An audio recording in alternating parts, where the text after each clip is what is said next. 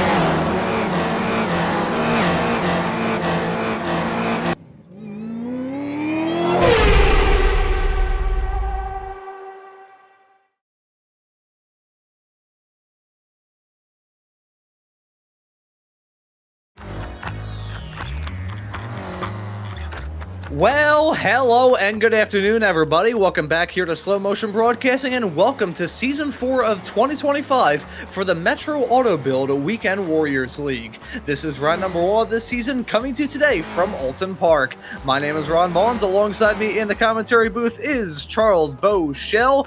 Guido Marzucchi is our producer for tonight's broadcast. Well, Charles, it feels like it's been about 15,000 years since we were at Oulton Park for a race here on the Weekend Warriors. We saw a fantastic race with the FFs a little bit earlier on this afternoon, but these SRFs definitely a bit of a handful compared to the FF counterparts. Totally different story, totally different car, and a different batch of drivers as well. So I don't think we're going to have too many overlaps between that race earlier on and this one that we're about to get up and rolling. Yeah, no, I don't think we will. Obviously, we've got some drivers in this that run both races. But we've got some specialists out there as well that just really enjoy driving the Spec Racer, and they're here week in and week out to enjoy the festivities. And looking forward to this race. Obviously, we talk about the differences between the Formula Ford and the Spec Racer Ford. Completely different in the way they handle. So we'll be pointing that out during the course of the race day, but really looking forward to it, ready to get the season started. Yeah, and it is an absolutely amazing season to look forward to here in this series. Of course, the 10th anniversary of the Spec Racer Ford Weekend Warriors. The first ever race was held around about 10 years ago this month, and in fact, it'll be in 1 week's time. It'll be the 10-year anniversary of the Weekend Warriors, and of course, you'll be able to catch that SRF special event here on Slow Motion Broadcasting and over on the iRacing Esports Network as well. We've got an amazing season to look forward to. Some past champions looking to return to form and defend their crown. Many other drivers that we've seen quite a lot before here in this series looking to impress, and a fantastic calendar to boot as well. But before we get too lost up in the drama and the excitement as we get off into this new season, we do want to let all of you tuning into this broadcast know that today's broadcast, along with this entire season of the Spec Racer Ford Weekend Warriors, is brought to you by Metro Auto Rebuild. When it comes to repairing your vehicle after an accident, you'll hear a lot of different terms thrown around, like aftermarket or reconditioned parts, blend within the panel, spot refinish, direct repair program. The list goes on and on. Before you make any final decisions, though, ask us for the true definition of those words first. In most cases, they may not be the best thing for your car, in fact. If you want your vehicle restored using factory methods and specifications with OEM-required tools and equipment, depend on the professionals at Metro Auto Rebuild. We'll give you honest answers about the repair process, your rights, and your responsibilities. You want someone who's there every single step of the way. We'll get you back on the road safely, timely, and with our guarantee that you will love our workmanship. Please let us answer any questions you have about the repair process. We're here to answer your questions about estimates, insurance company coordination, and billing, as well as rental car coordination too. Visit our website anytime at metroautorebuild.com. We would like to thank Metro Auto Rebuild for sponsoring this season of the Spec Racer Ford Weekend Warriors. And with that taken care of, Charles, we have got the same track that we ran with the Formula Fords earlier on, but a much different car, so we have some rather different keys to the race. Yeah, stop me if you've heard this before, but today's keys to the race. Same track, new track art, same track challenges. We've got a nice refresh. The track's looking fantastic, but you still got the same things you have to deal with this car on this track. It's a momentum track with a very fast flow, so not a lot of hard braking zones. We'll talk about them turn 5 going into the chicane. Those are the two major ones. And then finally, know where you can push the track limits. It may be what I would like to call a strategic off track to run a little wide in turn 1 to keep your momentum up. And you can get away with that a couple of times, but obviously can't make a habit of it because you will have a drive-through penalty or disqualification if you go too far. So you have to keep an eye on that. But there are some places you just do not want to even tempt the track limits at all. You want to keep it between the lines and keep your car headed in the proper direction. Yeah, so a lot of different stuff that these racers will have to worry about in this 40-minute long race that lies ahead of us. For now, though, we have got this qualifying session left and about 4.5 minutes left on the clock. Kane Helleburn holds on to the provisional pole position overall right now. Patrick Hawke, your top qualifier in the Spec 2 category, with Antonio Reese holding on to the pole in Masters as well. But as we're still early-ish on into this qualifying session, let's do an onboard lap with your P4 runner, the Professor Jason Green, as he heads his way up the hill onto the start-finish straightaway, going up the gears with the car right in front, punching that hole in the air. Of course, the draft's going to be huge around this track, even though it's rather tight, twisty, and technical. That's off through turn number 1. We saw in that Formula Ford race earlier on how it caught out many a racer. Few and far between can get through that corner in their entire iRacing career without having some sort of drama. The same could be said about turn number 3. That downhill off-camber corner, got to head your way through there. The Cascades is what they call it, and if you have an off-track moment through there, it'll be a different sea. It'll be a cacophony of moments as you head your way off through there. That's Island Bend of turn number 4. Got to keep that momentum rolling. Now into turn number 5 of Shell Oil's corner. We saw the banking through this turn. It's a good overtaking opportunity, but also a spot where you can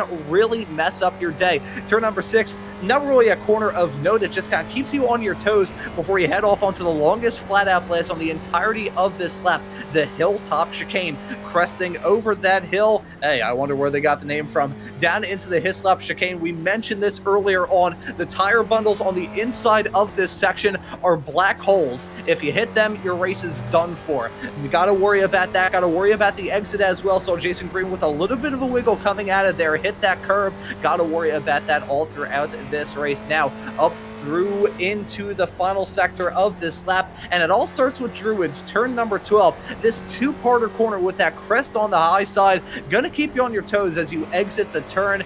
Really important to not spin up the wheels as you come out there under the Warwick Bridge down into Lodge corner of turn number 13. A difficult corner in its own right. You see that off track right there, that small little patch of grass that's probably gonna be worn down to dirt and gravel by the end of this race. But that right there is a lap of Oulton Park. Jason Green sets a 144.387, but Kane Halliburton's 143.052, my apologies, is still the provisional pole, but not too terribly far behind him is Alaise Pleva in the 46 car.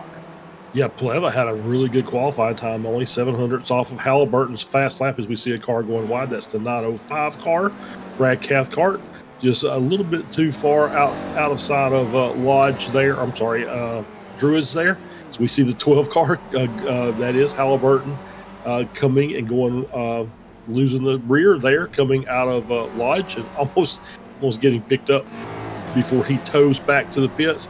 And you can see the difficulties with this track. You know, we talked about, you know, this is a doubleheader weekend, you know, for the Formula Ford and Spec racers, but the cars have some similarities. No pit limiter, no ABS. But you know they behave quite a bit differently through corners. That they both rely on mechanical grip, but the Formula cars want to kind of be a little loose on the rear. The 27 car around that is that's Andrea Favini. The Spec racers want to kind of push out of the corner. They want to kind of run and kind of straighten themselves up when you get back on throttle. And that's what you're seeing with some of these cars as they're going wide on the corner exits. They're just kind of pushing off the track as we see the 318 car going around Shell Oil. It's Mark Carter. And so that'll be something we'll pay attention to. Obviously, like I said, we've got a track limits, incident limit that we can do today. So you'll have to take those and just keep account of them in your head and make sure that you don't get too close to that as you're moving forward in this race. 40-minute race, real easy. We might very well could see some people getting drive-through penalties before this race is over with. Yeah, got to worry about the incident points all throughout this race. And you mentioned keeping count of stuff. We'll keep count of this as well. This is maybe going to be my first odd little saying here on the Spec Racer Ford Weekend Warriors season. But talking about the responsiveness of the steering in the Formula Ford cars versus these Spec Racer Ford cars, you're basically comparing a mellow sloth that's about to take a nap in the case of the front suspension and the steering in the Spec Racer Fords, versus, as it sounds like there's a war going on right behind me, you got that versus the Formula Fords, where the front suspension just basically, it's about as untamed as a wild Mustang that has been drugged, caffeinated, and had a rocket shoved up its rear end. Okay. Yeah, I see your point. And yeah, you're right. It is. They are quite different as far as the handling aspects. Obviously, the Spec Racer, bigger body configuration. It just wants to roll through the corners, and like I said, it will be understeery coming out. And the Formula Ford just wants to try and put the engine in the front as often as it can, especially when you're on brakes. It just wants to. The rear end just wants to let go. But once again, both cars, mechanical grip monsters. Obviously, we didn't talk about it. You mentioned it just very briefly, but the draft is going to be super huge here in the Spec Racers. These cars are draft monsters. They will absolutely, you'll pick up a half second probably behind another car during the course of a lap. So that will bring its own challenges in as you start jockeying for position, when to make a move, when to kind of lift and let it go. And picking the right time to try and get that car around another car during the course of the race. Yeah, so a lot at play, a lot at stake. Many of these racers have been around the block before here in the Spec Racer Ford Weekend Warriors, and I gotta say, we've got a packed grid of racers as well because of the small nature of this circuit. It's a very homegrown circuit that's at only 2.69 miles, about 14 turns as well. It's not a large track, this, so not a whole lot of pit stalls. 40 pit stalls allotted in iRacing. We have a packed house in this event. We have 39 drivers who have set a qualifying time, 40 out there in the session. Andre Favini yet to set a qualifying time. He usually starts from the back in these races, which I think is a bit of a shame. I would love to see Andre start up at the front because I know he is a very good racer. He's even got a couple of wins in the past in the Spec Racer Ford Weekend Warriors, or has certainly gotten close to it, but he is going to be starting at the back after not setting a qualifying time with the checkered flag out in this session. Has been the case for about 2 minutes and 45 seconds now. We can switch our attention off into this race that lies ahead, and to get this season of racing action up and rolling, let's take a look at today's starting grid here for the opening race of the Metro Auto Build Weekend Warriors season. It's going to be Kane Halliburton starting this race from the pole position. Elise Pleva set to join him on the front row. It's going to be Felix Samoas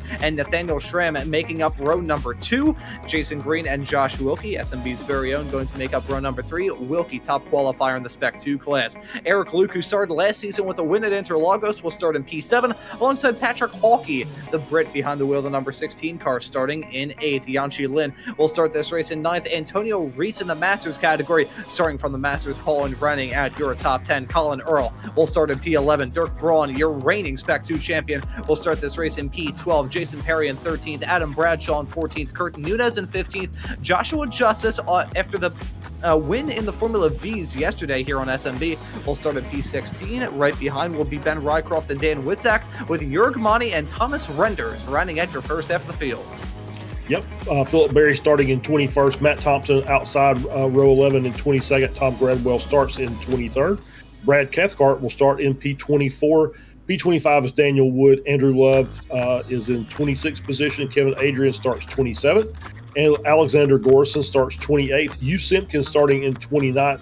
Paolo Brema starting in 30th. Ian Gibson starting in 31st. Paul Jackson starting in 32nd. Michael Nelson starting in 33rd. Josh Flores starts in 34th. Chris Murakami starts in 35th. Jeff Jacobson starting in 36th. Peter Zoldo starting in 37th. Mark Carter starting in 38th. Marcel Gorson starts in 39th. And Andre Favini rounds out your 40-car grid. And so that is your starting grid, the first starting grid from this season. And hey, absolutely awesome timing from us, Charles. We managed to get through all of it right as the pace car started to get away on this formation lap. But plenty of difficult moments for these racers in this race that lies ahead. But I got to ask you, on this first lap, what do you think is going to be the biggest trouble spot? Probably turn 5 would be my guess. We'll get through turn 1. May have a little issue in turn 3 trying to get the cars around on cold tires. But my first thing is going to be turn 5, and then we get into the chicane. That'll be the second spot I'd start looking.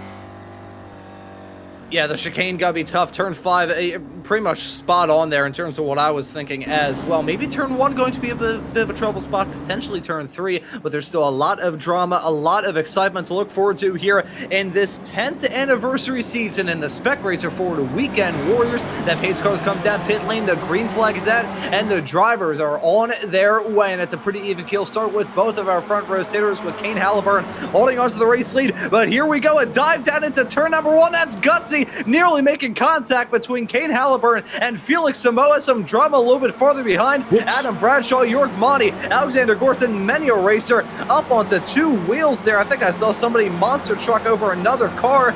Big drama at the very start of this race. Joshua Flores gets a piece of that drama as well. Jörg Mani already out of this race. He's towed back to pit lane. He will take no farther part in this opening lap, at least for now. But as they head their way down into turn number 5, it's been some drama up at the starts, at the front of the field, with Kane Halliburton being the Pied Piper of the field at the moment. Yeah. Oh, there's a little contact from behind. Could not see who that was, but that is one of the Matt Thompson sitting there in the 333. Could not see who the car behind was that made the contact. Spinning him around in turn 5. That was actually not too bad. But yeah, as you said, Jörg Mani already towed back to the pits. Philip Berry in that Cookie Monster car has tossed his cookies. He's in the pits as well. And we have, I think, Chris Murakami also, I think, lost his front end, has got a meatball, so he'll be coming in shortly. Yeah, unfortunately, they're Barry and the Cookie Monster machine going to have to pick up the crumbs as a result of that drama in the early stages of this race. That was cheap. I wholeheartedly apologize. About 3/4 of the way through this first lap of the race, with the field looking rather similar up at the front, and that is just about it. Right now, at the end of this first lap, as they head their way out of Lodge Corner of turn number 13, Kane Halliburton and Elias Pleva, two of only 3 cars in the entirety of this field who have remained in the exact same spot since the drop of the green flag some 1 minute and 55 seconds ago. Kurt Nunez down P15 is the only other car who's remained in the exact same spot ever since the drop of the green. It's been a very hectic and worrying start for some, but for others it has been a dream start. Yeah, absolutely. As we see a couple cars entering the pits, Chris Murakami, Kevin Adrian, both coming in. Not sure what Kevin, maybe he got some damage, but it wasn't enough to cause a meatball. He just felt like he needs to come in and get that repaired, so he's going to come in now, and that gives him maximum time to try and make up gaps to the back of the field. Hopefully that'll help him propel him forward again. Did see that Jeff Jacobson already has dropped down. He's still up 1 position, but dropped down a few spots toward the latter couple of corners of the track. As we take a look at the replay to see some of this chaos at the very start of this race, let's start by taking a look at Adam Bradshaw's perspective in all this. Antonio Reese got a major piece of that drama. We follow him in the 914 car. You know, despite the fact that he was one of the first cars involved in all that, I think he got away scot-free. You know, it's I'm not really sure the best way I can describe it. It's like being the first to get out of the burning building. Yeah, maybe so. You did get a little damage in the rear. Oh, a little bit from the side there. That was Philip Berry. And you see some more damaged cars in the back as you have, hoods flying everywhere. But he just got checked up into one. Could not see who that car in the front was, but was kind of in the middle of the pack. I see Jorg Monty there as well. Gets hit several times during the course of that.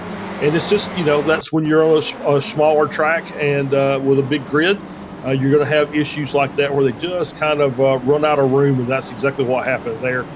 So we get the replay there. I think it's, golly.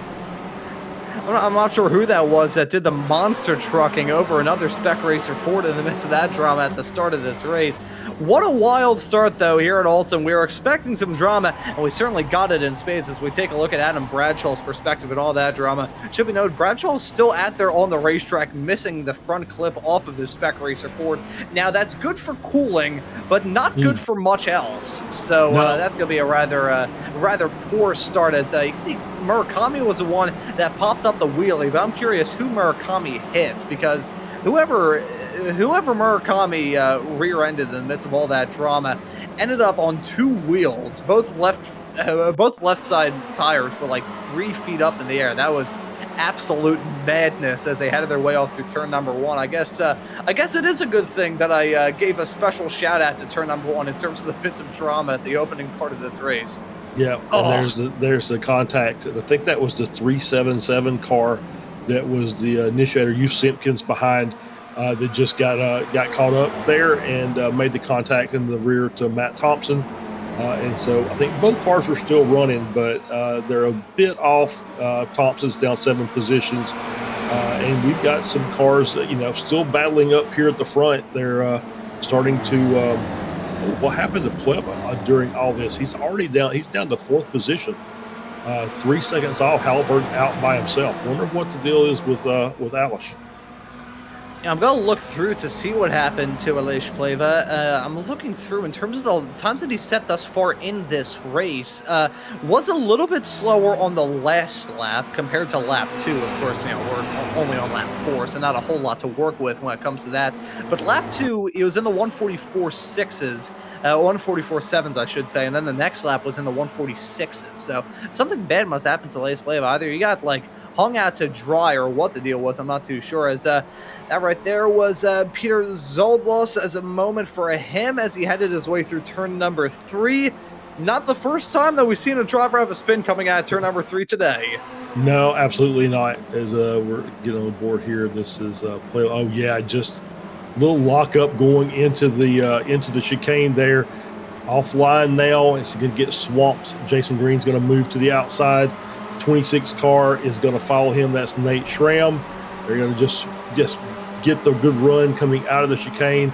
And you see the cars behind. You see Samoas and Yangshi Lin and Eric Luke all looking to take advantage. But it looks like Pleva is back up to speed. So he's going to kind of hang on to this. He's back up to P3 now. So he's already made the move around Jason Green, who's dropped down to P7. But you see this. This is what I think is just referred to as a gaggle. You see Samoa's off. Yeah, Samoa is going to get into the gravel as he headed his way off through Druids. That was just too big of a pack of race cars at the start of this race for it to not end in some sort of disaster for at least one person.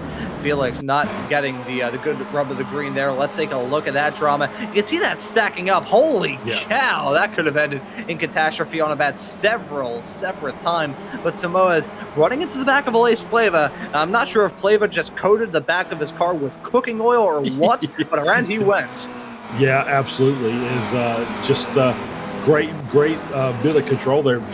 Samoa had been hit 2 or 3 times. It definitely was off of his line, off of his braking point. Would manage to take the car off track, but keep it under control enough to get and rejoin safely.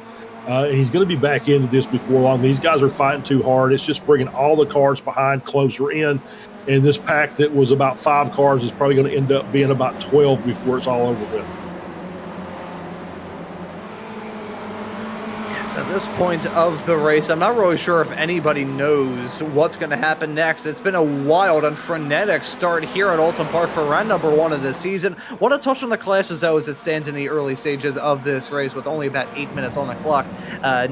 Kane Halliburton still holds on to the race lead. Nathaniel Schramm and Alace Pleva round at your podium as it stands right now overall. Josh Wilkie is your leader currently in the Spec 2 category, slotted in P7 with Kurt Nunez, your leader in the Masters classes. That's Daniel Wood with a moment through turn number 3. First time we've seen a racer really run that wide as you head your way off through that part of the track. As much as the spins are a dime a dozen, you still have those moments where you just miss the apex. That's a tough corner to try and nail down because it's rather blind on entry. It really is. He carried too much speed in. I think he was just scared to turn the car in and for fear of maybe spinning it. And just kind of kept it wide, but kept a shallow turn and kept it wide, went to the grass, and that's very nicely done. That keeps the car under control, and he was able to safely rejoin. Lost a little bit of time, but nothing terrible in the grand scheme of things. Nothing too bad there. Meanwhile, up at the front, Kane Halliburton, probably the tamest man out there on the racetrack, the calmest man for sure, holds on to a 4.6 second lead, my apologies, and just at the fast lap of the race last time by to 143. So Halliburton setting in those cookers of lap times right now. He holds on to a comfortable margin up at the front. I'll look to try and grow on it as this race continues to evolve. Looking at Josh Wilkie for a couple of moments, slot in P7. Still running in Spec 2 and holding on to that Spec 2 lead. He did want me to mention that he has a brand new paint scheme for this season and some very nice stuff. I'm definitely not just saying that because if I say his car looks ugly, then I probably won't get paid for this month. As we see, this is Adam Bradshaw. I don't know. It doesn't look like he hit the barrier there, but definitely with the way he pulled off, I'm going to say he probably did. He probably made contact with one of those tire barriers. We'll get another replay here as he's working his way down the back straight into the Hislop chicane, and thumps it right there on the entry, and that is that will just completely destroy your suspension. Wisely pulls off and toes back. Tough start of this race for Bradshaw. Tough start for a lot of racers up and down the field. Been a hectic one here at Oulton Park, and we're barely even a quarter of the way into this opening race of this season as we jump to this battle involving Mr. Wilkie. And I do want to say that for reasons, just talking about us here at SMB, what I said a few moments ago was a joke, obviously. Yes. Josh would not withhold my payment because I call his car ugly. Now, if I called him ugly, maybe that'd be a different story. There are far more many things he could withhold your payment for besides calling his car. Yeah, I think that's a good point. As it's slow down again, picked up for him as he heads his way out of turn number 3. That's going to shoot him down to P10. And now look at Patrick Hawkey involved in all of that as well. Hawkey now going to be battling with Wilkie. That's going to be a pain in the butt to try and commentate on. But I think Josh has a fair point in trying to deduct my pay after that comment I made earlier on about a wild Mustang being drugged, caffeinated, and having a rocket shoved up its rear end.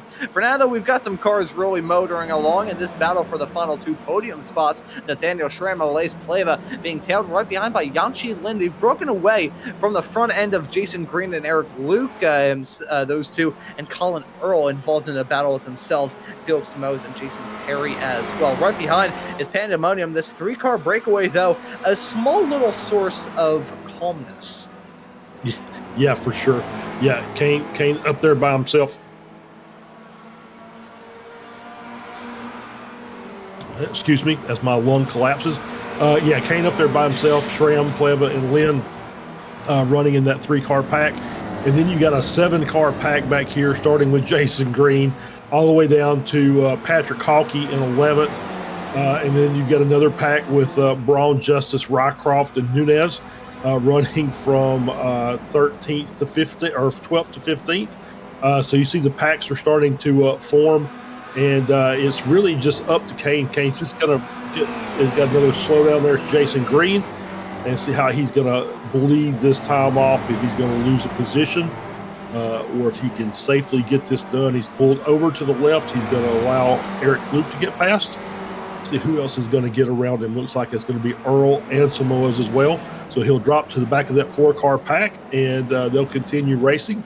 He's got his slowdown cleared, and he'll see if he can start working that time back off as we see Jason Perry jumping in the middle of that battle between Josh Wilkie and Patrick Hawkey.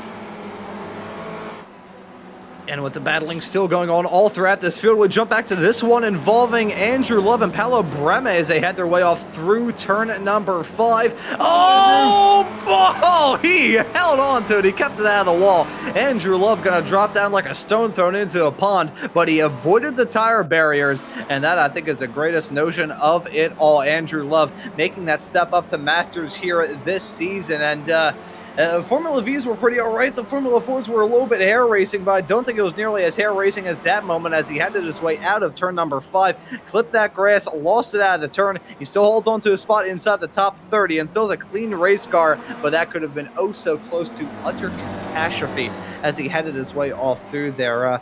Andrew actually had a pretty all right season in Spec 2 last season. I'm looking through to see the results. I don't believe he got a win in Spec 2 here in the Spec Racer Fords. Over on the FFs and the Formula V, so he was rather impressive. So let's keep tabs on him throughout the season, how he'll be able to fare in the Masters category, as Kane Halliburton once again doubling down on his fastest lap at now a 143.244. Kane Halliburton, even though he's still at the front with a rather comfortable gap, he's still pushing that car to the limit of adhesion and the limit of control. Yeah, absolutely. Still pushing hard as we're here. Cathcart in the pits. Yep, Brad Cathcart has dropped out off the racing circuit into the pits. He is the first car coming in just for a pit stop without having a damage repair involved in it as well. 15-minute mark almost. So I think we'll call that as pits are now open. So the pit window is now open, and we'll see who else starts coming in for an early stop, and see if they can try. If we'll get anybody trying the undercut.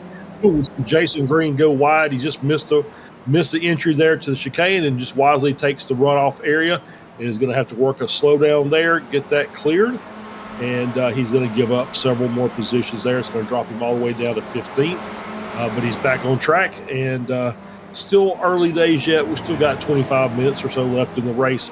He'll have a chance to make up a few positions before this is done. Unfortunate moment there for sure for Jason Green, mowing some grass as he headed his way back onto the racetrack. That yellow flag icon indicating he had to slow down. His brake calipers are probably red, and I'm sure he's probably feeling quite blue after that mistake. A black flag in the air, though, for Chris Murakami, currently slotted down in P34, was at the epicenter of some drama in the early stages of this race. Would not be too shocked if that is for incident points. You brought it up earlier on in this broadcast, Charles. The incident's probably going to be quite prevalent throughout this race. Eric Luke has made the call to come down pit lane along with Daniel Wood. Yeah, and it's especially for drivers like Murakami, where they've already got some incident points because of contact. That just gives them a less opportunity to take some of those strategic off tracks or just inadvertent off tracks. So looks like he is the first of our drive-throughs for today. And he's going to be on his best behavior for the remainder of the race to make sure that he doesn't get DQ'd, because that's still obviously it's a very short run from drive-through to disqualification. I was actually looking through into the YouTube chat, kind of related to that drama at the early stages of this race. I think I said in reference to the front clip of a Spec Racer Ford car falling off and being collected by some of the track marshals so they could probably sell it on eBay for a couple of quick bucks.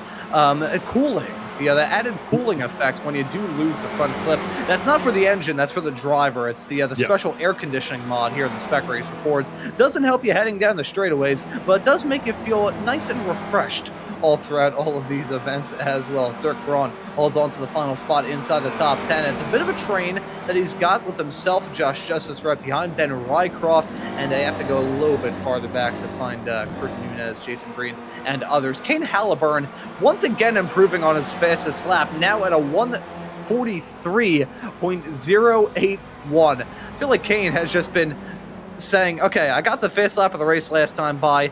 Let me see if I can shave a couple more tenths off. Yeah, I think that's exactly right. I think that was really close to what he said in qualifying as well. So he's at the top of his game right now as we see a battle there with Felix Moas and Colin Earl.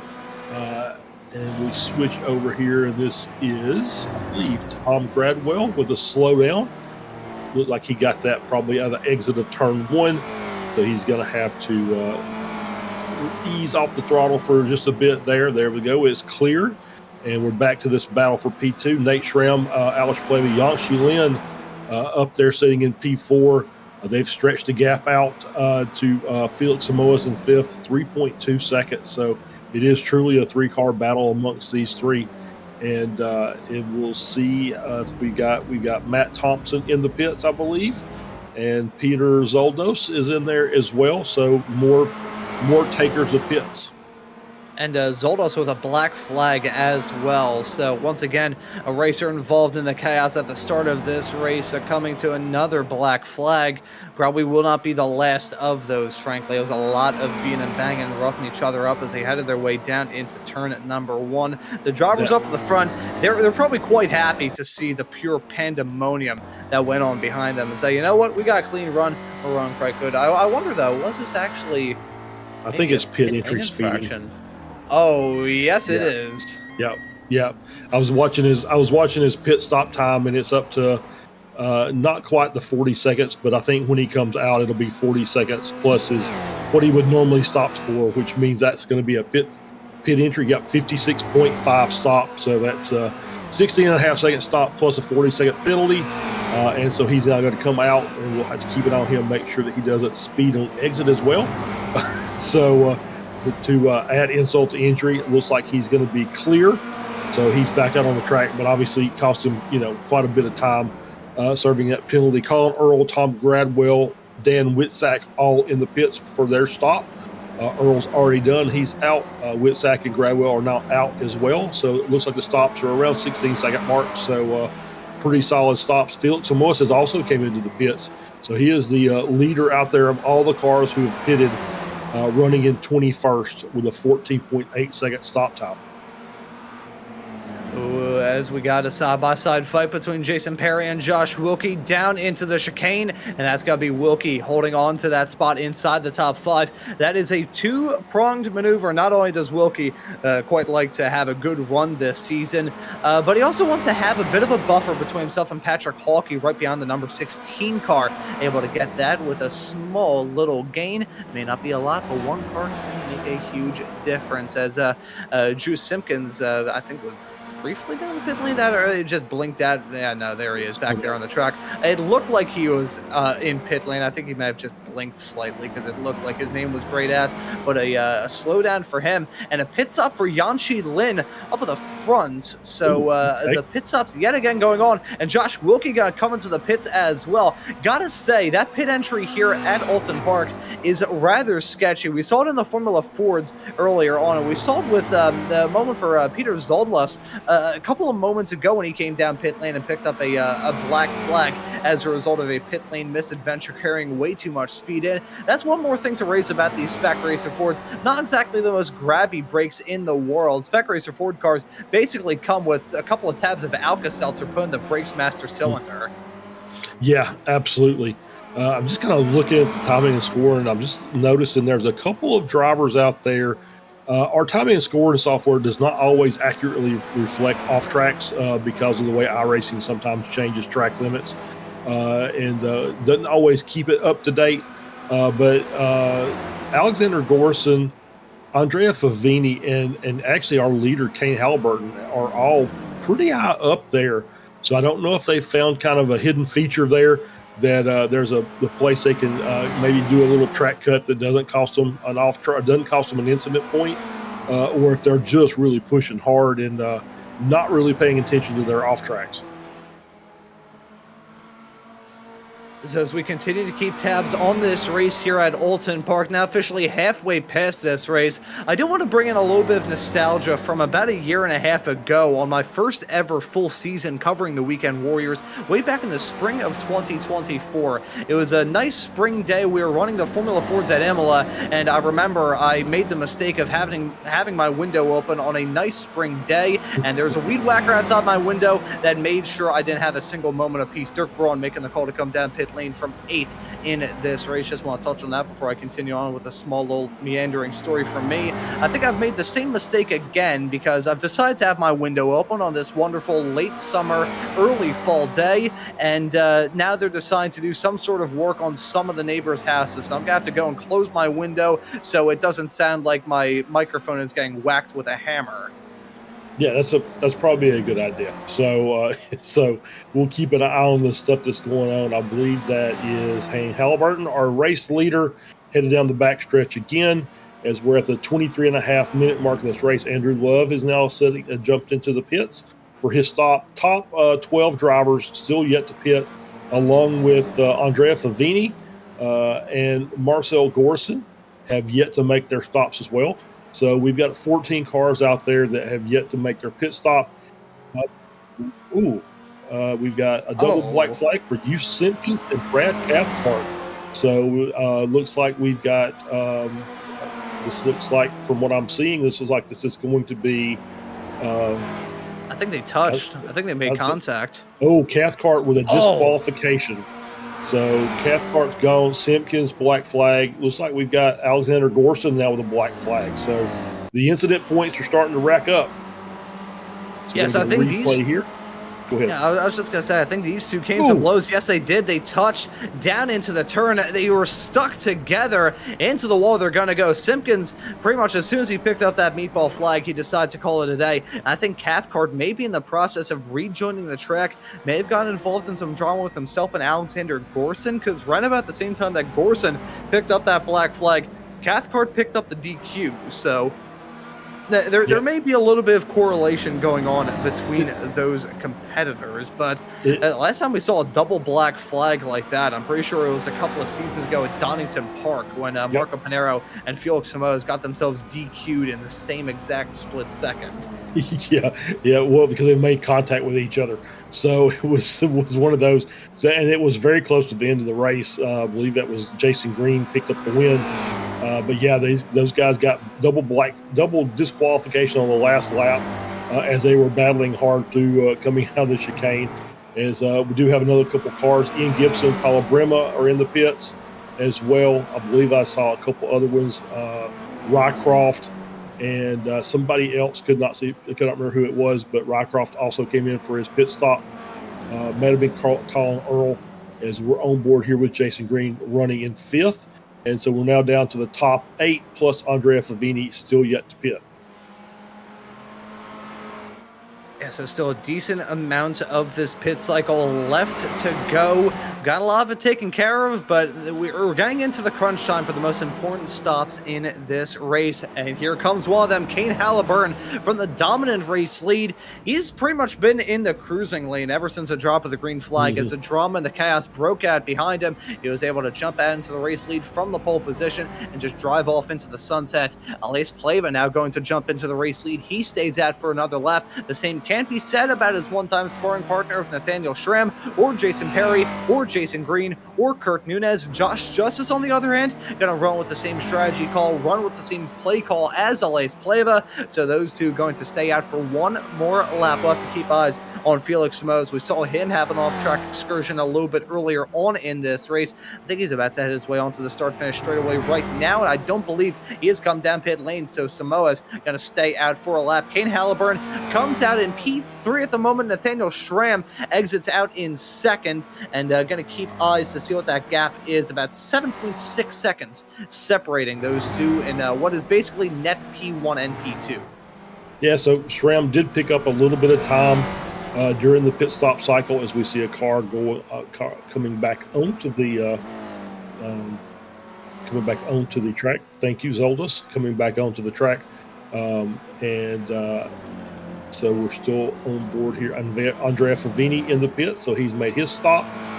Our hard charger of the race. He was up 24 positions. He's lost 10, so he's up 14 currently, now down to 13. So Josh Justice, until he pits, is our hard charger, but we still have Pleva and Justice yet to come in, probably this lap, if I had my guess. So let's keep an eye on that pit entry. Will Aleix Pleva or Josh Justice come down pit lane here? I have a feeling Pleva will. He's over on that side of the track. He comes down pit lane, dropping the anchors in that race car down to pit lane speed. He's going to go. Chris Murakami exits out of the pits right in front of him. Same goes for Alexander Gorson, who after towing back to the pits has rejoined this race, albeit well farther back from where he once was. But Pleva gonna get joined in pit lane by Josh Justice. Looked like he was straddling the white line on entry there. Would be interesting to see if Justice potentially picks up a black flag as a result of that pit entry. But yeah, looks like he's gone away with it rather scot-free. But Kane Halliburton jumps out into the race lead in comfortable fashion. I think Nathaniel Schramm will be right there beside Pleva. I think he may have actually gone out rather comfortably, though. Yes, he has. Aleix Pleva, with a pretty all-right pit cycle. He's going to shake out in a fairly tame P2. Yeah, he picked up about 3 seconds on both Halliburton and Schramm, which is elevated up to P2. He's within 6 seconds of Halliburton. So the real battle now is going to be, can Halliburton finish the race without getting that drive-through? Obviously, the drive-through changes things very, very quickly. With that drive-through penalty, he will have to come down and serve it, or it will be, if it's within the last 3 laps, it'll be added to his time, 40 seconds at the end of the race. So either way, not good if it happens to him. That's probably going to end up costing him the race victory. But otherwise, he's just got to set it in cruise mode at this point, I think. It's 6 second gap. He's been pretty much the fastest car on the track. We see Hugh Simpkins coming out of 3. Looks good so far. Is it going to be Island? Oh, I think it's Give a Damn broke there. Yep, I think you're right. I think you're absolutely right. And he just pulled over and parked it. Brad Cathcart now has a DQ. So he has been disqualified for, or is that something we've already mentioned? If it is, I apologize. But yeah, Hugh Simpkins had a black flag, and I think that was what led him to park the car. Whoa! And contact being made. Oh! big drama with Jason Perry and Josh Wilkie. They thunder off the track down into the runoff area. That got ugly between those two. Josh Wilkie and Jason Perry throwing haymakers at each other. I'm going to have to take a look at a replay. That looked really iffy indeed. Let's see. Wilkie goes for the move. Oh, that got physical. Very physical. Come on, boys. That's a little bit of drama for you for today. Yeah, that was Wilkie and Jason Perry. And see, Wilkie, I don't think he was doing anything malicious. I think he was just trying to give himself a little room from the edge of the track. And I'm not sure if that was Jason was a counter steer to avoid a spin. Or we'll say that's what it was. We won't even go the other direction and say what it could have been.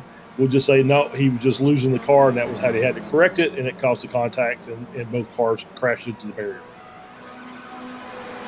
Either way, a really ugly way for the race to go for the both of them. A very ugly finish. I think that's what we'll say. We will leave it at that and swiftly and abruptly move on. Here's your Spec 2 race leader of Ben Rycroft in the 935 car. Rycroft, we've seen a decent amount over the past couple of seasons here in the Weekend Warriors world, and I'll have to go through my notes. He's got some good results over the past couple of seasons. I will get back on that in a few moments' time. But currently holding on to the Spec 2 lead right now, so pretty good result from him. Kurt Nunez, your top running racer in Masters, and Kane Halliburton still, of course, running off into the sunset with a race lead. Yep, absolutely. Kane just stretching that gap out. He's still pushing. I'm still watching the off-track go up. So apparently he's found something that he can do without it triggering. It's triggering in the software, but it's not triggering in iRacing. So he's continuing on. We'll see if that ever. As we see Samoas going wide there and allowing Yaxi Lin to get through. That's a battle for P4. So Samoa's pushing it just a little bit coming out of that turn 3. And probably, like I said, better to keep that car straight in the grass than try and turn it back onto the track and lose the rear, as we've seen so many times. See, it's a problem when you do 16,000 shows every single week. You eventually get lost in trying to find all the records and notes and documents that I've got on my computer. But I will go back to that point in a few moments time once we talk about Patrick Hawkey holding on to a pretty all right spot in the Spec 2 category. Currently serving a slowdown, though, so he will lose out on P14 overall to Dan Witzak, a past champion in the Spec 2 category. He's going to have his doors blown off. Will Hawkey down into the Hislop chicane, which I'm a little bit surprised here, Charles. I was expecting more people to get caught out by that than there really have. I mean, it's not a fun chicane to go through in these Spec Racer Fords, but, you know, I was expecting it to be a bit more of a bloodbath, frankly. Yeah, I think people have realized after so many laps we've ran here in these cars that you just can't risk it. You just, if somebody gets a run on you and gets the proper line, and as we see Schramm getting the fastest lap, 43 flat, 43.06. I think they just realized that there's no sense in trying to fight it because it's a losing battle against those tire barriers. You're going to lose every single time. So it's better to just, give up the position and battle them once you get through the chicane. So I think people are, kind of learning. I will say one more thing about the Perry and Wilkie thing is I think the biggest thing is if the admins have a chat with them, is they got to realize they're not in the same class. Wilkie's a Spec 2 and Perry's a Spec 1. Obviously points matter, but Wilkie obviously was, I think, leading or at least very close to leading that Spec 2 class. As we see, Alexander Gorson disqualified now, so that's going to be his incident limit has been reached, so he's going to be done as well. So I think that's the one thing that those guys have to realize is it's not a class battle. Obviously, positions are based on your, or your points are based on your finishing position, but if you're taking out, or you're in a battle with a different class, you got to give them a little more room and let them race their own race there for a bit. And I do want to finally wrap up the point about Ben Rycroft in the Spec 2 category. I feel like a complete doofus the fact that it took me this long to get the notes pulled up, but it was back in Season 1 of 2025 that Ben Rycroft was able to win the Spec 2 championship here in the Spec Racer Forward Weekend Warriors, and was able to get 2 wins that season in a very wild championship where 9 people won races throughout that season in Spec 2, as Matt Thompson winning the award for the best drift coming out of turn number 1 thus far today. His tire's not going to be happy about that award. I think he may potentially not be happy about either, as he did lose out on some time. As we get to the end of this race, only 4.5 minutes left to go on the clock. Kane Halliburton just driving off into the sunset. A battle for P2, though, probably going to commence in the not too far off future, involving Nathaniel Schrem and Delays Pleva. Those two were pretty much like miles apart not too long ago, and now only separated by about a quarter of a second. Yeah, there you can see them pretty much nose to tail. About a car length or two separates them at even the widest points in time. So we've got a battle for the final 2 podium spots. We've got a battle for the final 2 spots inside the top 5. 2 more cars battling right behind Samoa's and Lynn. We've got battles all up and down this field. Yeah, absolutely. Some great battles, as you just said. Yeah, the P2 and 3 are battling, 4 and 5 are battling, 6 and 7 are battling.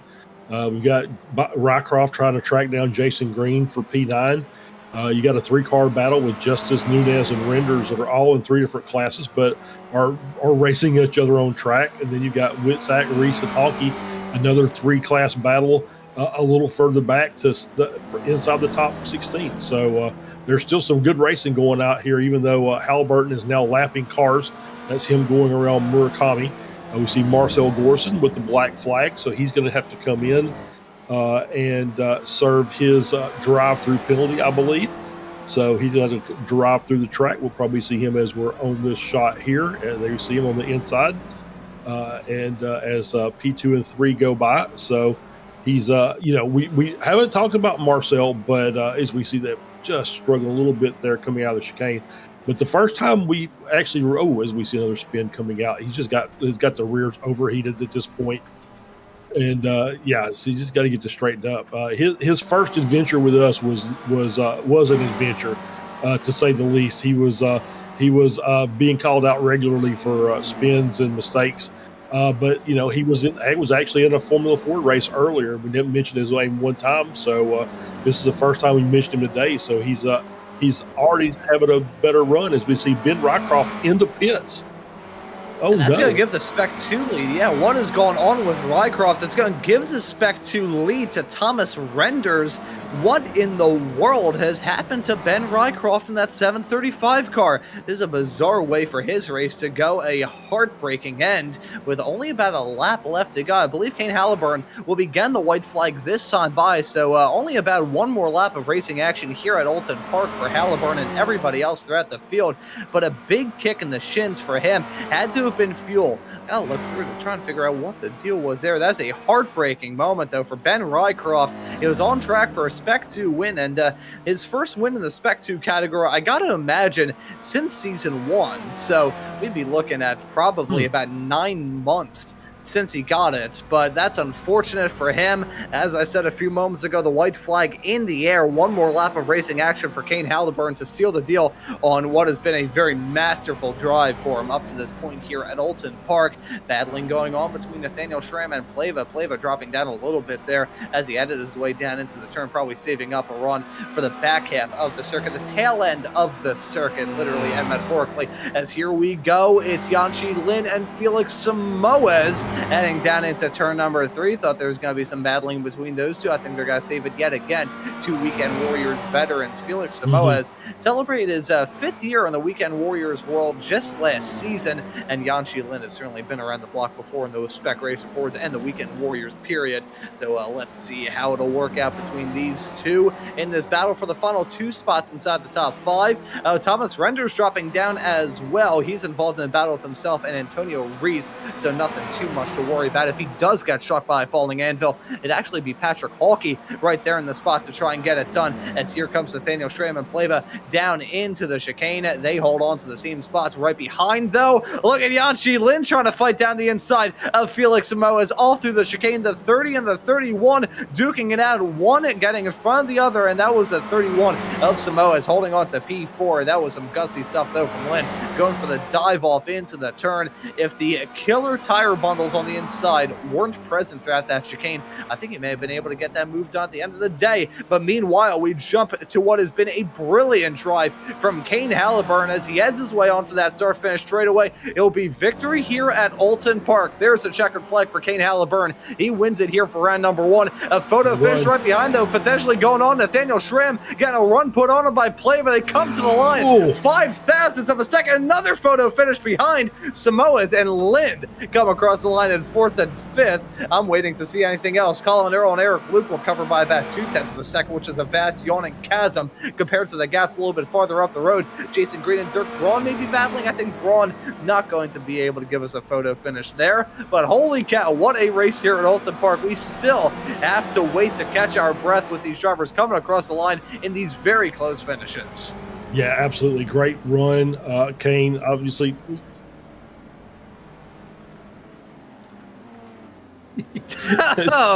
I'm sorry I stopped. That's how there, but I get that's how you really feel, Guido. Yeah, getting Guido yelling in my ear. Antonio Reese getting the getting the class win on the last lap to finish in 11th and gets the Masters class win. Thomas Renders finishing in P12, getting the Spec 2 victory, but great driving by Halliburton. Great battles in that top 5 for the entire race, really. Some really intense battling, and didn't disappoint. It was exactly what we kind of expected to see here today. And we get to a race where we get next week. Obviously, is going to be really special, and it might be something that we'll think about, remember for quite a while.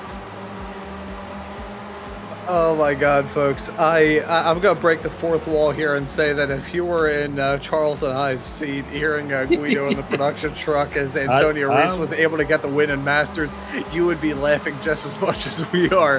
Antonio able to get it done at the very end. Kurt Nunez basically let him by as they headed their way down into 12.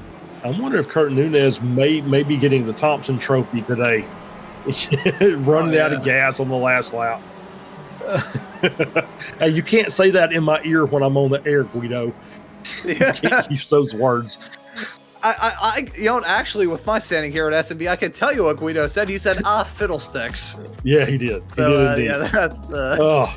Oh, man. What that race had just about everything from chaos to controversy. I nearly sounded like Sean Connery there for a second. From chaos and controversy to brilliant moments, both behind the scenes and out there on the track.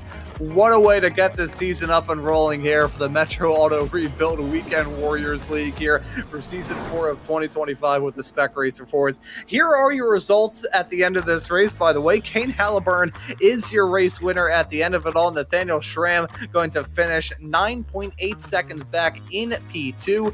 Elias Pleva going to round at your podium in 3rd in a very close finish between those two races. Look at that, 5 thousandths of a second after over 40 minutes of racing action. The Weekend Warriors never fails to impress. It's always fantastic stuff here. It's going to be Felix Samoas classed in 4th, Yanchi Lin in 5th. Colin Earl will finish this race in P7. Eric Luke in 7th. Just say Earl was in 7th. Earl was in 6th. Eric Luke was in 7th. Jason Green finishes this race in P8. Dirk Braun in 9th. Josh Justice rounds out an all-Spec 1 top 10. Antonio Reese getting a win in the Masters category to the chagrin of our producer. He finishes this race in P11. Thomas Renders wins out in a very dramatic battle in Spec 2 all throughout today, finishing in 12th. Patrick Hawkey will finish in P13. Dan Witzak in 14th. Kurt Nunez in 15th. Tom Gradwell in P16. Daniel Wood in 17th. Pella Breme in P18. And then looking through the final few drivers that we have inside of the top 20, it's Paul Jackson and Andrew Love. Yeah, Ian Gibson finishes in 21st. Josh Flores finishes as 22nd. Ben Rycroft with a late pit is going to end up in 23rd. Michael Nelson finishes in 24th. Andrea Vivini finishing in 25th. Matt Thompson, 26th. Jeff Jacobson, 27th. Chris Murakami, 28th. Peter Zoldos, 29th. Marcel Gorson in 30th. Alexander Gorson in 31st. Jason Perry in 32nd. Josh Wilkie, 33rd. Hugh Simpkins in 34th. Brad Cathcart in 35th. Kevin Adrian in 36th. Mark Carter, 37th. Adam Bradshaw finishing in 38th. York Monty, 39th. And Philip Berry finishes in 40th, and our final car on the grid, as you see on the screen, fast lap by Nate Schramm. And the hard charger of the race was Andrea Vivini, up 15 positions. And so those are your results at the end of the first race of this season. Very tough start to it all for Phil Berry, and pardon the pun, I've been sitting on this one all throughout the race. He got chipped in the early stages of it. I'll see myself out. That may go down in the Hall of Shame for the jokes that I've made over the years. But we do have some drivers looking to have a chat with us at the end of this broadcast here. Charles, I'm looking through. We do have some pretty interested characters looking to have a discussion. I think we'll get it all up and rolling by having a chat with our P2 finisher at the end of this race in the number 26 car. It is Nathaniel Schramm who's going to join us here in the commentary booth in just a couple of moments' time. Nathaniel, welcome here into the broadcast booth. P2 for you at the end of this race here at Oulton Park. How was it out there? It was a lot of fun. Very close racing. Not sure what Kane has under the hood there. He's got a Mustang engine instead of what we've got, but no, kudos to him. He got out in the clear air and just drove away. Yeah, we were thinking about that all throughout this race as well. I'm not sure if he just spiked the fuel with some sort of alcohol or what the deal was. He was just burning off into the sunset, but still a pretty good race for you. And it wasn't an easy one. You had to deal with battles pretty much from the drop of the green all the way through to the fall of the checkered. So I want to ask you about the nerves as you're negotiating this race here at Oulton. Oh, it's a narrow track. So you got to rely on just every little bit of momentum that you have to try to make the pass work. And you got a lot of cars around you. Turn one, lap one, that was pretty hectic. And Alice gave me a great fight all the way through. So yeah, that was a lot of fun. Yeah, it looked like a fun race out there, if not maybe a little bit stressful throughout it all. But looking ahead, so next week, of course, we have the Spec Racer Ford 10-year anniversary event. So that'll be a non-championship round. The next championship race, though, that we have to look forward to here in this season of the Spec Racer Ford Weekend Warriors, got to see the series rock up to Tsukuba. So going from one tight technical track to one that's probably even more tight technical. So what are your thoughts heading there in 2 weeks' time? That'll be interesting. I haven't really run there a lot in the past, so just week 13 stuff. So yeah, it'd be a lot of practice for me. I think nailing the momentum through the corners there is going to be the key for that one. And certainly looking forward to seeing however many Spec Racer Fords are going to show up for that race. I feel like even if we do have a long formation lap, it'll feel like no time at all, and it'll look like, I'm not sure the best way I could describe it. It'd be like a truck on a go-kart track, I think would probably be the best way I could put it. But Nathaniel, thank you for joining us here in the broadcast booth. We'll let you give any thanks or shout-outs before we let you go and celebrate this P2. I just want to thank you guys again for hosting. You did a great job the last 3 races that I was a part of last year, and looking forward to you guys having more. And I'd also like to give thanks to our new sponsor for this year, Turner Machine Development, tmdautomation.com. It's a good friend, and he does all sorts of stuff with robotics and manufacturing. So if you need anything from that, tmdautomation.com. See, I feel like my only the only thing I oppose to automation and AI and all that stuff is that Josh, our boss here at SMB, is probably going to find a way to replace me because it'd probably be cheaper. But Nathaniel, thank you for joining us here in the booth. Well done on the P2, and looking forward to seeing you out there on the racetrack at Tsukuba in 2 weeks' time. Thank you very much. Looking forward to it. And We certainly are as well. That right there was your P2 finisher of Nathaniel Schramm. And Charles, I will let you play the odds here. Do we have a chat with our Spec 2 winner, or do we bring in Guido's worst nightmare? Well, it depends. If we're going to interview both of them, then I guess I will take Antonio, since you interviewed him in the last race. So let's bring Antonio down. We'll have a chat with him. A fool just for a few corners more. Oh, is that right, Antonio? Hey, how you doing, Antonio? So, hello, Charles. Hello, guys. I will not repeat what Guido said to me when he saw that you won the Masters class. He's always the same boring guy every time. Well, obviously, Guido. Pretty good race, a very challenging race with a big grid. And there was a lot of battles up front, and then you get the luck at the end of the race with, looks like, Nunez running out of fuel on the last lap and giving you the victory. So let us know your thoughts about it as well. Oh, what can you imagine? I was so happy because I have a bad start. I don't know what's happened. I have to see the replay, but anyway, I dropped from 9 to 35 or something, 28, or I don't remember exactly. And then I was just trying to... And then meanwhile, I saw a lot of cars flying around and crashing. And on at least the first 2 laps was a little bit crazy. So I was, just trying to drive as fast as I could. So, yeah. And then try also not to hit anyone, to be fair, and to go as fast as I could. And then on the last few corners, when I saw Kurt, I said, "What? Kurt is there?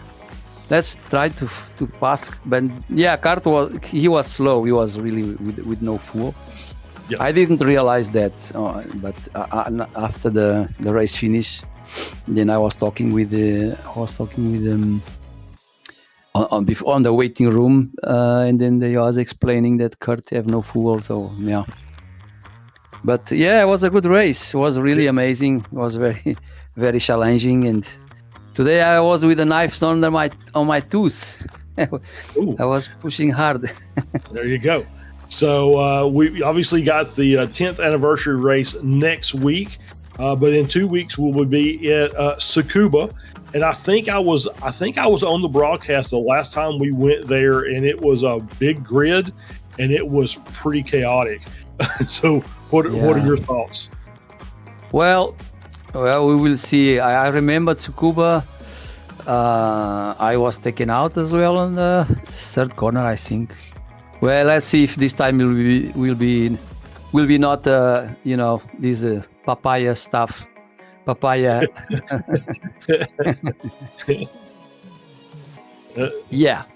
It can happen. It's racing. So I'm happy with whatever comes. So if I get damaged, and if the car gets really very damaged, and if I have no chance to fight for anything, usually I tend to quit if I have no hope. Just cruising behind everyone, and just making trouble to the guys overlapping. But if the car still can run, so I will keep till the end. We will see. It's going to be okay. I think. I believe. Absolutely. Well, Antonio, again, congratulations on your class victory. And we'll once again let you give any thanks or shout outs, and let you go and prepare for the anniversary race next week. Yeah, I prepare for the next. I can't wait to be there. It's a 10-year celebration. Is a major event. I'm happy to be there with the guys.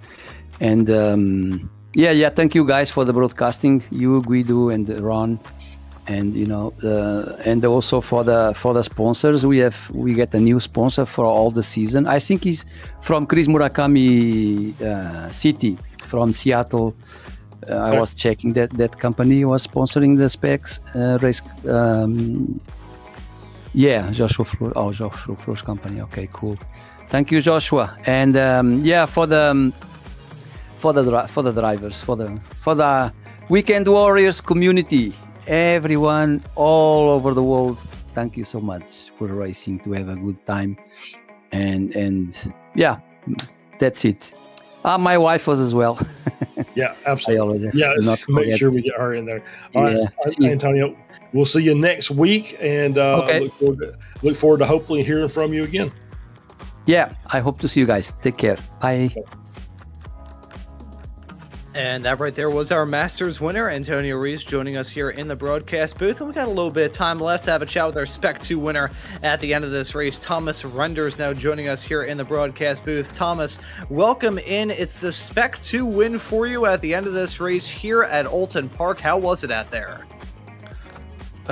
It was tough. I'm a bit rusty. I mean, I've not raced in this series for maybe 2 years now.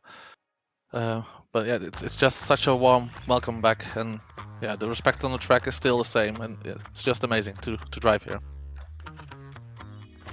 I think I may have come along in terms of doing these broadcasts full-time in the break that you've had. So it has been quite some time. This car has had a pretty big refresh as well. And of course, this track just got a refresh. So I want to ask you about the learning curve of getting back behind the wheel here in this series.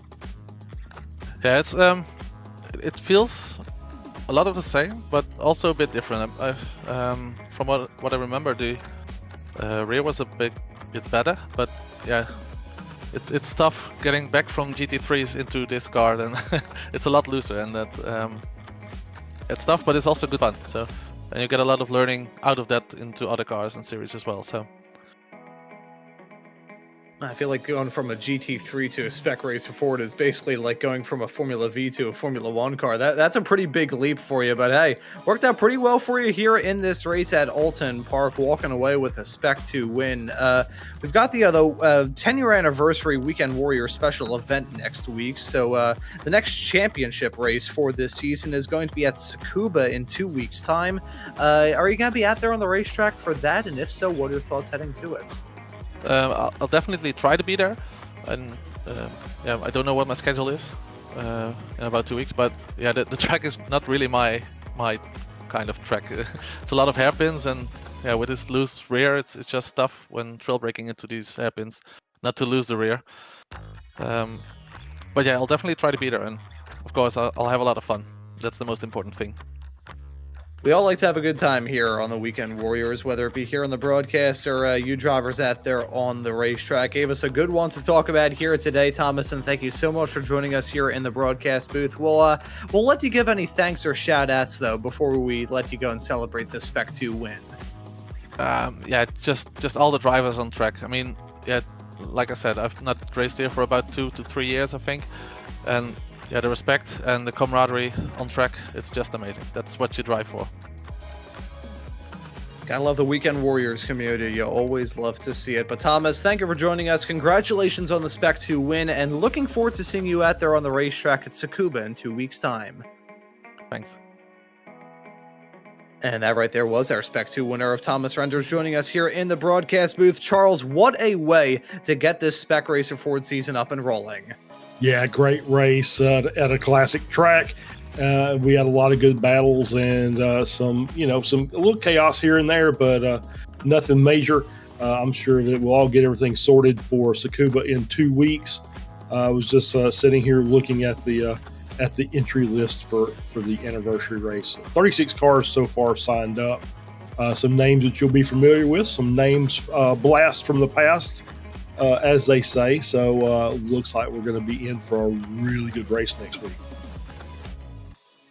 Yeah, it is going to be an absolutely fantastic event, broadcasted here on Slow Motion Broadcasting, the home of the Weekend Warriors, and over on the iRacing Esports network as well. Plenty of good stuff to look forward to here on SMB, though. Gives you a very good reason to subscribe and hit that notification bell. And speaking of the action, we'll quickly run through the upcoming schedule later on today. We've got XSLR in the action for round number 3 of their ARCA cars running at Bristol. That'll be at 8:15 p.m. Eastern Time tonight here on Sunday, September the 21st. American Muscle Series going to be running this upcoming Tuesday at 9 p.m. Don't know what track we're running at there. That's the way it goes in the American Muscle Series here in this season. But I'm sure it's going to be that great, fantastic Mustang action that we usually expect every single Tuesday here on SMB. Got some F4 action at Monza the same day as well, a little bit later on.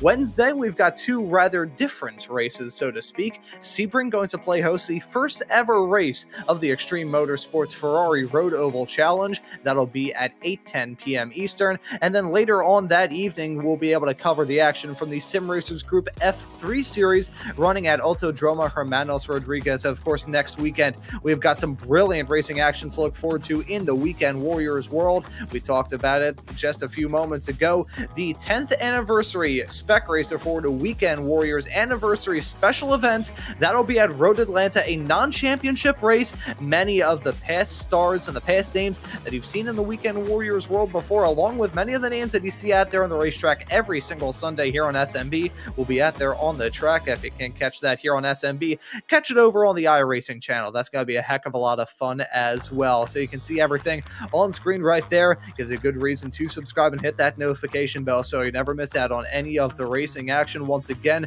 we'd like to give our thanks to the sponsor of this season of action here from the Weekend Warriors, that being Metro Auto Rebuild. And thank you to all of you tuning into the action thread today with this race, the Formula Fords and the Formula Vs yesterday. Season 4 up and rolling now here on SMB, and I'm happy that we are all going to be able to bring you this action all season long here on Slow Motion Broadcasting. But as for this broadcast here, for round number 1 of the Spec Racer Forward Weekend Warriors here at Oulton Park, that will just about do it. So for myself, Ron Maunz, Charles Boshell joining me in the commentary booth, and Guido Marzucchi doing a wonderful job working on the cameras and the graphics in the virtual production hauler, I say thank you all so very much for tuning into this broadcast here on Slow Motion Broadcasting today, and we hope to see you all wherever it is in the not too distant future.